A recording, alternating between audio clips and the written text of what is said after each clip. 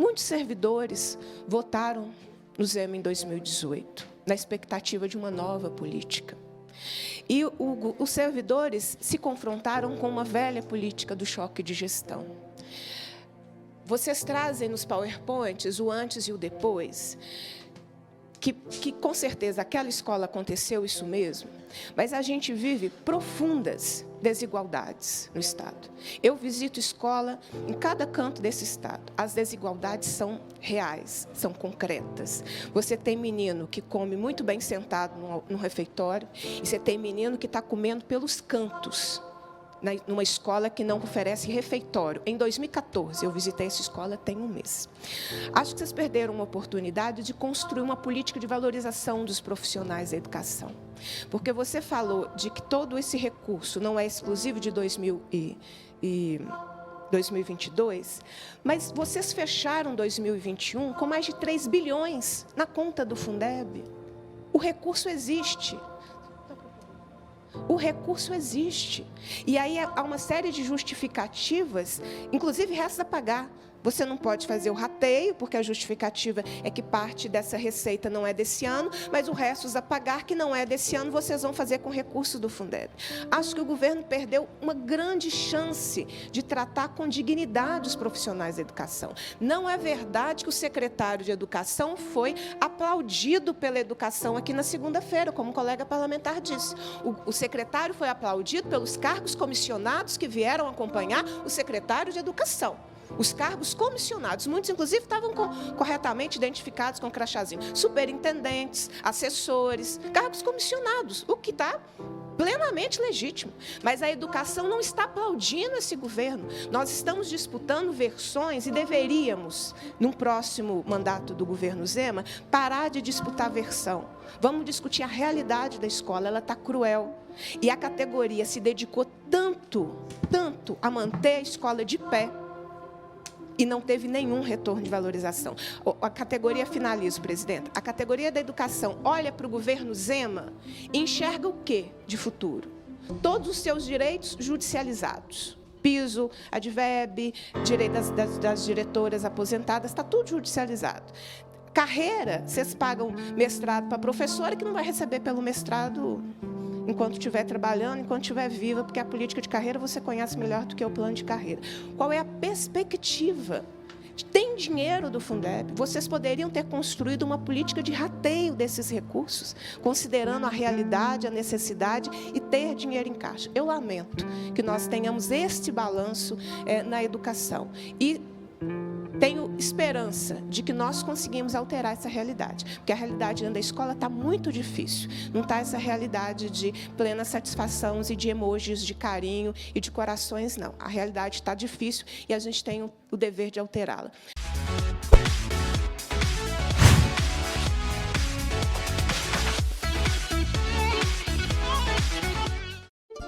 Olá pessoal, tudo bem? Quem está falando aqui é Tancredo Lins, do canal de Educação de Minas Gerais. Olha, você está esperando aí rateio do Fundeb? Pode esquecer, pessoal. No último dia 16 de dezembro desse ano, agora há pouco, a secretária de Planejamento e Gestão, a CEPLAG, Luísa Barreto, participou de uma audiência na Assembleia Legislativa, junto com o secretário de governo, dentre outras representações importantes aí. Tivemos também autoridades, deputados da Assembleia Legislativa que cobraram do governo questões importantes, como, por exemplo, o rateio do Fundeb. Olha, gente, segundo informações, o recurso, finalmente, assumido aí pelo governo, que possui caixa, 2,5 bilhões de reais, não poderá ser feito para o rateio do Fundeb esse ano, exatamente porque esse recurso, pessoal, é de exercícios anteriores, ou seja, restos que ficaram, restos milionários que ficaram e que agora não poderão ser utilizados nesse exercício financeiro para o rateio do Fundeb. Então a esperança do servidor em relação a esse pagamento realmente fica cada dia mais difícil perceber aí um recebimento do rateio do Fundeb 2022. Olha, nessa plenária também nós vimos lá a secretária Luísa Barreto afirmando que parte desses recursos, uma boa parte, desses recursos já estaria empenhada aí com despesas a pagar de compromissos feitos pelo governo do estado de Minas Gerais na educação. Até porque o dinheiro é do Fundeb, pessoal. Nós temos aí o recurso do Fundeb, portanto, que chega agora ao volume de 2,5 bilhões e boa parte deles sendo utilizados para pagamento de despesas empenhadas. Bom, eu estou aqui no jornal O Tempo com a seguinte matéria, né? Educação como inimiga. O jornal é publicado dia 14 de dezembro de 2022 e tem aqui os seguintes dizeres, né? Uma liderança do segmento afirmou que o governo Zema tomou as professoras como inimigas. E você que está assistindo o vídeo aí, professora, professor, inimigos do governo? Olha aí, pessoal, responde aí nos comentários, coloca aí a sua opinião. Olha, uma liderança do segmento da educação pública de Minas Gerais que pediu para não ser identificada, claro, né? Com medo de retaliação, afirmou que o governo Zema tomou as professoras como inimigas. Atenção aí, pessoal, comportamento que reforça ao não ser inclinar, né, vamos dizer assim, a fazer o pagamento, né, do rateio do Fundeb, cerca de 2,1 aqui no jornal O Tempo, bilhões de reais, não investido no aperfeiçoamento da categoria. O governo prefere manter o nosso dinheiro aplicado em bancos do que conceder um bônus aos servidores da educação que não remunera dignamente. Olha, pessoal, o jornal O Tempo trouxe então essa matéria aqui do Luiz Tito, que escreve aqui no jornal O Tempo de segunda a sábado. Bom, no mesmo jornal O Tempo também está dizendo aqui, ó, essencial de secretário de Zema sobre homologação do regime de recuperação fiscal na Assembleia Legislativa.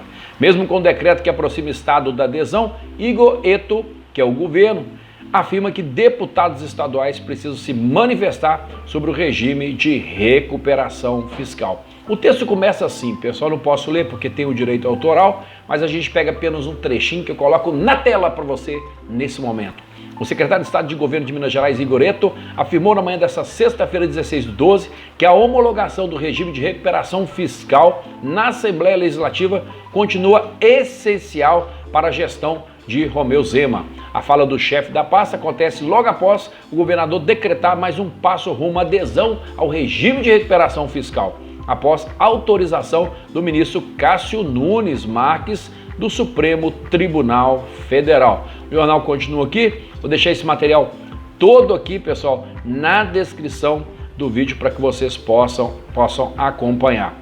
E aí a Beatriz Cerqueira, em determinado momento, ela questionou o secretário de governo Igor Eto sobre 5 processos movidos pelo governo de Minas e pelo Partido Novo contra a Assembleia Legislativa e contra também o Agostinho Patrusco neste ano. Ela ressaltou um processo acerca da comunicação institucional do Legislativo. E aí a Beatriz Cerqueira vai perguntar assim, ó, vocês pretendem trabalhar com a Assembleia Legislativa? Em menos de 12 meses, 5 judicializações. Qual que é o futuro? Se for para entrar na justiça, podemos fechar o poder legislativo? Qual que é a relação? É judicial ou política? Perguntou a petista. Ela lembrou que a casa aprovou outros textos de interesse do governo, como as reformas administrativa e previdenciária. Vamos acompanhar agora na tela para vocês um vídeo das perguntas feitas pela deputada estadual Beatriz Cerqueira e a resposta da secretária de Planejamento e Gestão, Luísa Barreto. Acompanhe comigo na tela para você. Antes, eu vou pedir para que você que tem interesse em fazer o concurso da educação que foi anunciado pelo secretário de Educação, Igor de Alvarenga, anunciou o edital, provável edital, saído aí em maio atenção pessoal, 2023, poderá sair o edital para o concurso 2023. Tem interesse em fazer o concurso na Secretaria de Estado de Educação? Tem interesse em trabalhar aí na educação como professor, ATB, analista de educação, inspetor de escola, professor regente de aulas, regente de turma? Pessoal, acompanha aí, porque eu vou deixar na descrição do vídeo um link para que você possa fazer agora a compra promocional de mais de 40 videoaulas, um curso totalmente online que vai falar sobre legislação, conteúdos que vão cair no concurso. O interessante aí, pessoal, é que esses módulos eles são alimentados semanalmente com novos vídeos. Então, até o dia da prova, vocês terão material novo para poder estudar. Tem um pouco antes da prova, claro, né? Para que você possa estudar e se preparar para o concurso da educação. Agora, vamos tratar sobre o vídeo. Acompanhe comigo na tela para você. Eu vou fazer pergunta para os três, tá bem? Vou separar didaticamente, como boa professora primária que sou. A primeira questão, eu queria dirigir, então, à secretária de Planejamento e Gestão, a Luísa Seplac. Secretária, a minha pergunta é muito objetiva. Eu nunca trago novidades na Assembleia Fiscaliza, eu sou muito previsível, né? Eu estou aqui com o relatório resumido de execução orçamentária, demonstrativo das receitas e despesas com manutenção e desenvolvimento do ensino, MDE, orçamento fiscal, aqui está janeiro a outubro de 2022. Aqui, secretária, a senhora sabe que o saldo financeiro conciliado está do Fundeb. Saldo quer dizer que tem dinheiro na conta. Esse saldo que eu estou lendo. 2.540.247.128 reais. Fundeb. 2.540.247.128 reais. Do salário educação, também tem um saldo considerável. 3.129.871.734 reais e 78 centavos.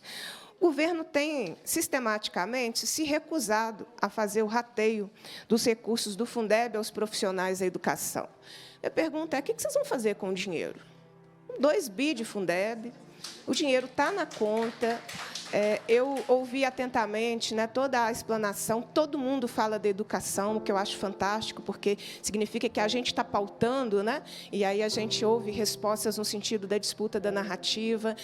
Ouvi do secretário de Educação que vocês vão comprar mais uns tablets, que dessa vez vão funcionar, que vocês estão fazendo aí trilhas do futuro com convênio, né, de mestrado para o professor, que não vai receber pelo mestrado, né, porque a carreira, como está, não recebe pelo mestrado, mas vai poder fazer mestrado, provavelmente numa escola particular, paga pelo Estado.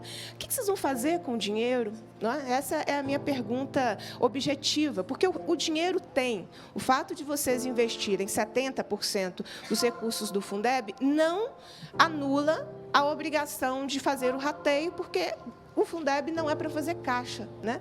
Então, essa é a minha pergunta. Quero lembrar, o governo contesta, né, o direito do pagamento do piso salarial integral, está contestando judicialmente o direito dos profissionais da educação de receber o adveb, está contestando judicialmente o direito à opção remuneratória das diretoras apostiladas. Qual é a política de valorização? Eu falaria essa segunda pergunta, né? Mas é isso. O que vocês vão fazer com 2,5 bilhões de recursos do Fundeb?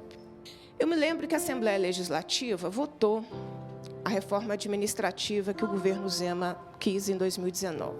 No final de 2019, se eu não me engano, vocês também solicitaram a autorização para antecipação das questões unióbio, inclusive vinculando ao 13º salário na oportunidade. Nós votamos. Em 2020, nós votamos aqui algo que eu lutei muito contra, e outros colegas, foi a reforma da Previdência. Quando veio a Covid, a primeira legislação foi aqui construída na Assembleia, para dar toda a proteção e um arcabouço jurídico para o Estado ter as ações necessárias no enfrentamento à Covid. Foi um grande guarda-chuva, né? Não só na área da saúde, mas na área da administração pública, recuperação econômica.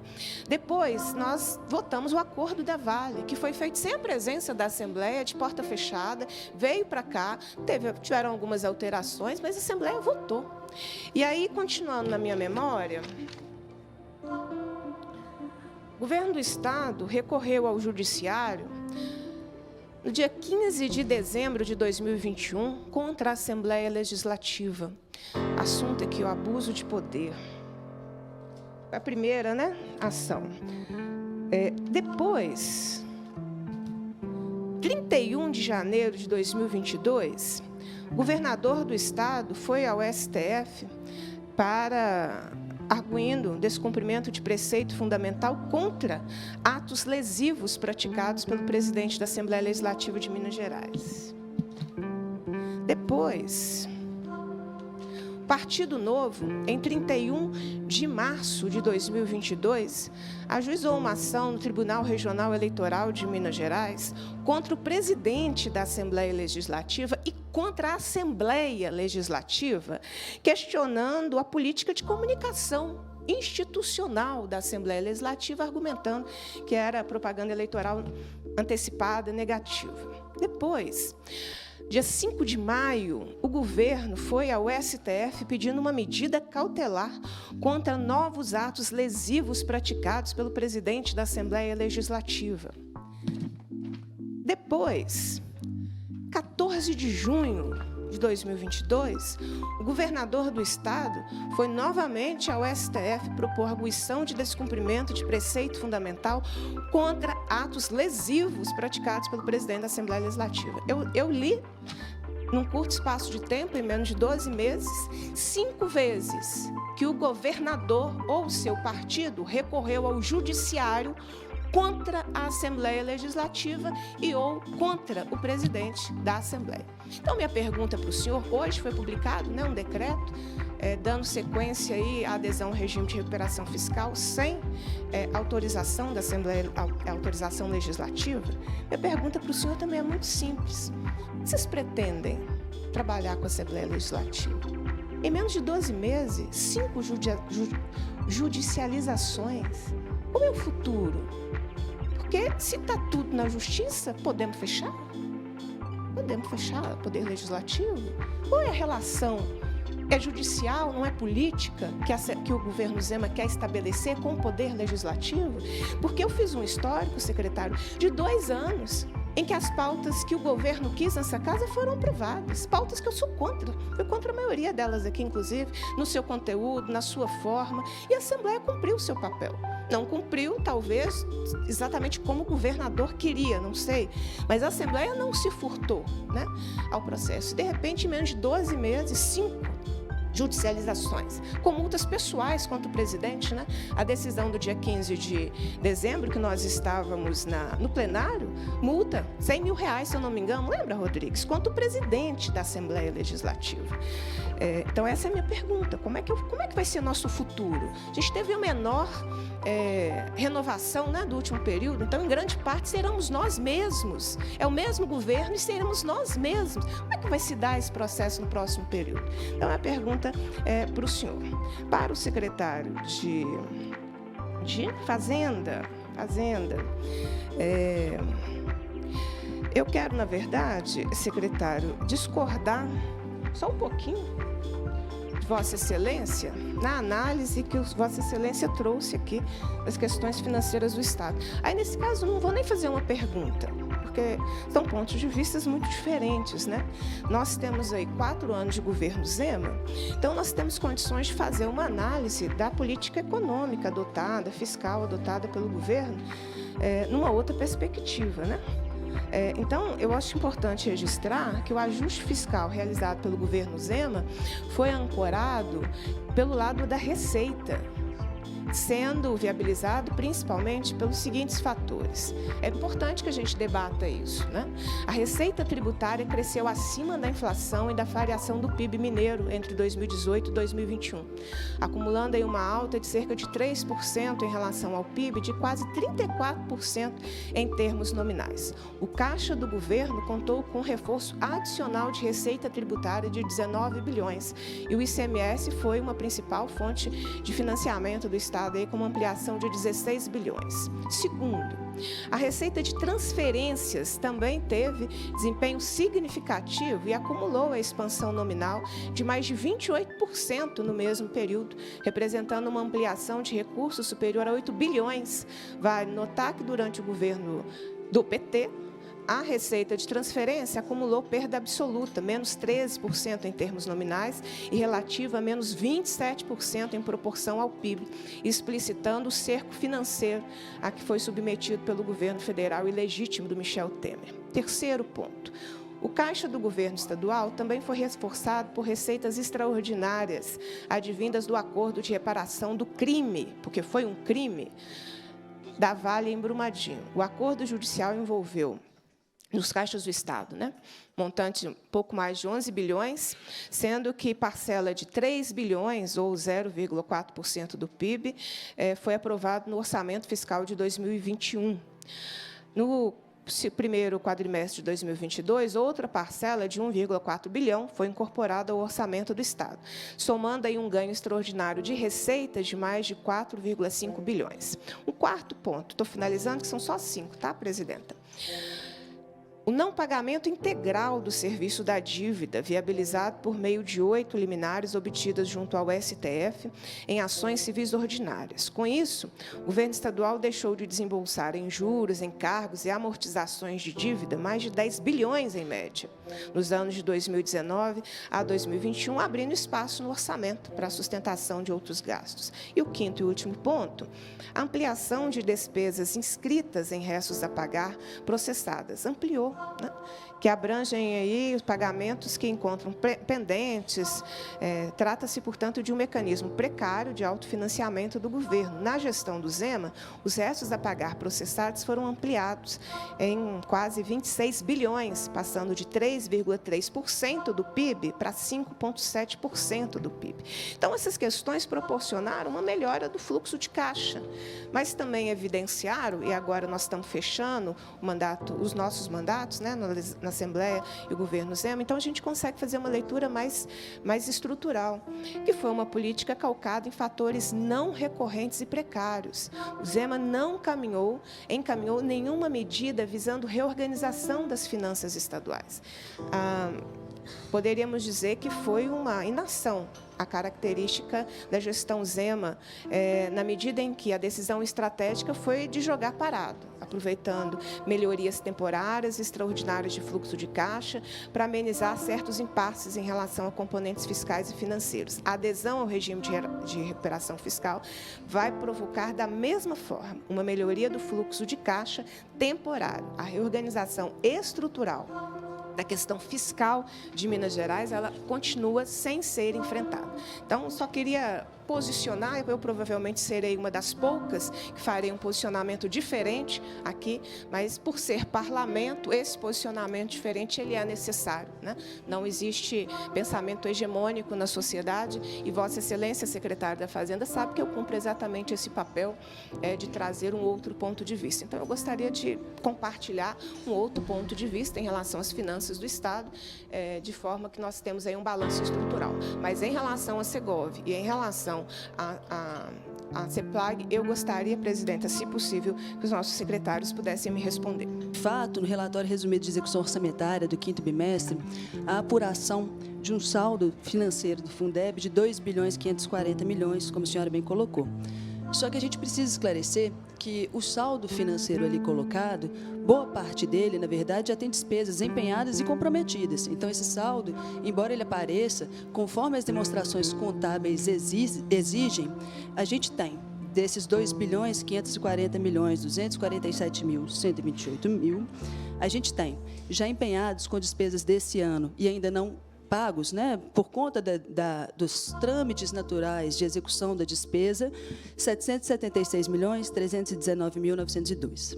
A gente tem ainda despesas que foram inscritas em anos anteriores em restos a pagar, no montante de 833.833.622 reais. Portanto, hoje, quando a gente olha a disponibilidade líquida do saldo financeiro do Fundeb, a gente está tratando de um volume de 890.093.604 reais, cuja perspectiva nossa, dada a nossa previsão de execução de despesas ao longo do ano e também o restante de receitas que temos até o final do ano, é de fecharmos esse ano com um saldo de Fundeb de 848 milhões de reais em conta. Só que esse saldo, deputado, é muito importante a gente colocar, parte dele e a menor parte advém de receitas deste ano. Neste ano, até agora, a gente tem uma execução dos recursos da receita de 2022 do Fundeb de 99,76%. A nossa perspectiva é de chegar até o final do ano com a execução da receita de 2022 do Fundeb de 99,94%. Esse saldo, então, ele decorre de saldos de anos anteriores acumulados, uma parte mais substancial dele, inclusive, de uma correção contábil feita pela Secretaria de Fazenda, não me lembro se no ano de 2020 ou 2021, de despesas de Fundeb que tinham sido sido executadas em despesa de pessoal e que não tinham sido efetivamente pagas por questões de execução, e isso do somatório de vários anos que criam este saldo contábil. E, neste ponto, quando a gente trata do rateio das despesas do Fundeb, e a senhora conhece muito bem a legislação, a gente trata do rateio de despesas do Fundeb, o que a lei prevê é o rateio de despesas do Fundeb referentes à sobra dos recursos da receita arrecadada naquele ano. A lei não prevê o rateio de despesas de saldo de exercícios anteriores. O governo não pode fazer nenhuma despesa, seja ela de custeio, de investimento ou principalmente de pessoal, que não tenha previsão legal da sua execução. Então, a gente não existe a previsão legal de rateio de despesas de Fundeb de saldos financeiros de exercícios anteriores. Até nessa semana estivemos reunidos com o Sindhut. O Sindhut me perguntou se a gente não poderia, então, criar um instrumento legal de rateio das despesas de saldos de exercícios anteriores do Fundeb. No que eu respondi que o Estado, por estar acima dos limites da Lei de Responsabilidade Fiscal, desde setembro de 2015, ele não pode criar nenhuma despesa nova de pessoal, sob pena de o governador e a secretária de Planejamento incorrerem em crime de responsabilidade fiscal. Não há possibilidade de criação de novas despesas de pessoal que não haja previstas. Ano passado, quando fizemos o rateio do Fundeb, do que faltava para complementar os 70%, a lei federal já previa a possibilidade de rateio, por isso pudemos fazer pela primeira vez. Nós não poderíamos hoje mandar um projeto de lei de criação de uma nova despesa de pessoal por estarmos acima dos limites da lei de responsabilidade fiscal. Mas eu reconheço aqui que ao final do ano teremos aproximadamente, é claro, isso são perspectivas, cerca de 848 milhões de reais, mas que advém, em especial, de anos anteriores. Com relação à QESE, realmente é algo que vem de anos, né? A não execução de QESE, e nós estamos buscando reverter isso. Nesse ano, a nossa receita de QESE foi de 640 milhões de reais. Nós empenhamos neste ano 1 bilhão e 400 milhões de reais em QESE, ou seja, nós estamos executando 800 milhões de saldos de exercícios anteriores, com despesas diversas de educação. A intenção do governo é justamente que a gente consiga executar todo esse passivo de QESE. A gente já vem fazendo isso e continuará a fazer. Então, toda a QESE desse ano foi integralmente empenhada e empenhamos ainda 800 milhões de saldo de exercícios anteriores. De forma muito objetiva, como foi a sua pergunta, a expectativa do governo em relação à Assembleia Legislativa é que os projetos do governo sejam votados, discutidos, debatidos, apreciados pela Casa. É isso que o governo espera da Assembleia Legislativa. E, aliás, acho que essa é, né, o núcleo de atuação da Assembleia Legislativa. Não há, por parte do governo do Estado, nenhum interesse de acionar a Justiça. E nos próprios documentos que a senhora trouxe aí, a senhora pode sempre ver o histórico de que o governo do Estado, ele envia seus projetos à Assembleia Legislativa com a intenção de discutir os projetos na Assembleia Legislativa. Mas uma vez que os projetos eles não são pautados, não são discutidos, não são debatidos e não são votados, a realidade do Estado, do Poder Executivo, ela vai se impondo, de modo que o governo do Estado passa a ter que buscar outros caminhos, alternativas, para poder exercer a sua função de Poder Executivo. Então, o que nós esperamos da Assembleia Legislativa, né, como a senhora mesmo disse, já estamos aqui quase que em clima de balanço, em clima de encerramento de ano, e nesse caso específico, encerramento até de legislatura, é que na próxima legislatura a gente consiga construir na Assembleia Legislativa, e de forma nenhuma aqui, deputada, eu estou eximindo o governo dos seus erros de articulação política, os seus erros de diálogo com a Casa, mas o que eu espero de forma bastante sincera e esperançosa da Assembleia Legislativa é que nos próximos 4 anos sejam 4 anos de intensas discussões e debates de projetos de autoria de deputados, mas também de autorias do governo do Estado, que a gente possa discutir, que a gente possa debater e que a gente possa votar. Algumas vezes dando a vitória ao governo do Estado, outras vezes derrotando projetos do governo do Estado, como é previsto da Assembleia Legislativa a sua total independência para analisar os projetos do governo do Estado.